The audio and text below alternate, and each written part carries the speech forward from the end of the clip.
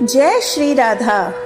श्राद्ध पक्ष में खरीदारी शुभ या अशुभ, आइए जानते हैं। श्राद्ध पक्ष के 16 दिनों में हम अक्सर दो तरह की बातें सुनते हैं। एक तो यह कि 16 दिनों में कोई खरीदारी नहीं की जानी चाहिए, अन्यथा अशुभ होता है। और दूसरी यह, जब हमारे पूर्वज पृथ्वी पर हमें आशीर्वाद देने आते हैं तो हमें कोई भी नई वस्तु खरीदते देखकर खुशी होते हैं।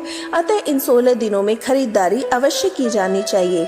हालांकि पहली बात को मानने वाले लोग अधिक है और दूसरी बात को मानने वाले लोग कम है।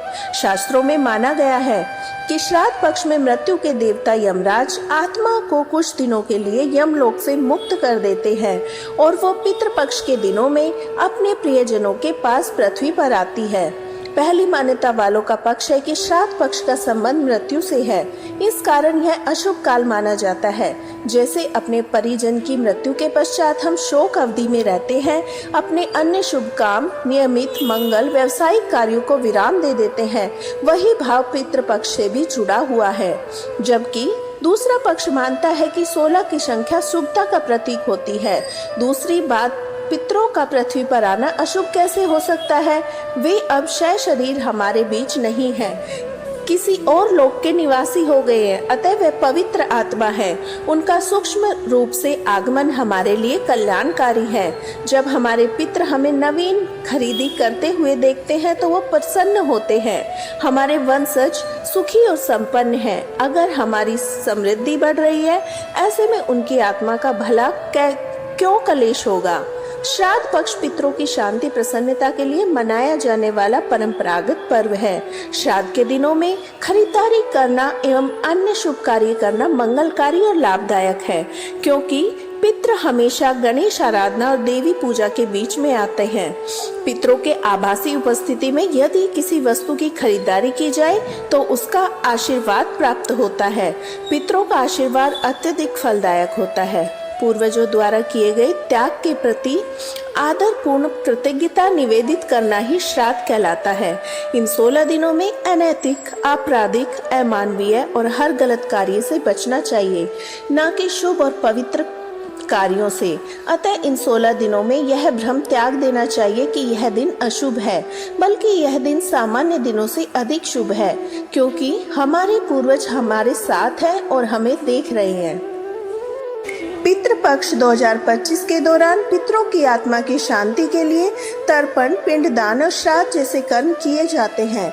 इस समय पितृ धरती पर आते हैं और अपने वंशजों से तर्पण की अपेक्षा रखते हैं।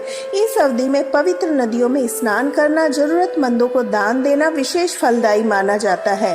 पितृपक्ष में विधि पूर्वक श्राद्ध कर्म करने से पितृदोष से मुक्ति मिलती है और पितरों की कृपा हमारे जीवन में सुख और शांति लेकर आती है। पितृपक्ष 2025 की तारीखें निम्नलिखित हैं। रविवार 7 सितंबर पूर्णिमा श्राद्ध, सोमवार 8 सितंबर प्रतिपदा श्राद्ध, मंगलवार 9 सितंबर द्वितीया श्राद्ध, बुधवार 10 सितंबर तृतीया श्राद्ध और चतुर्थी श्राद्ध, गुरुवार 11 सितंबर पंचमी श्राद्ध, शुक्रवार 12 सितंबर षष्ठी श्राद्ध, शनिवार 13 सितंबर सप्तमी श्राद्ध, रविवार 14 सितंबर अष्टमी श्राद्ध, सोमवार 15 सितंबर नवमी श्राद्ध, मंगलवार 16 सितंबर दशमी श्राद्ध, बुधवार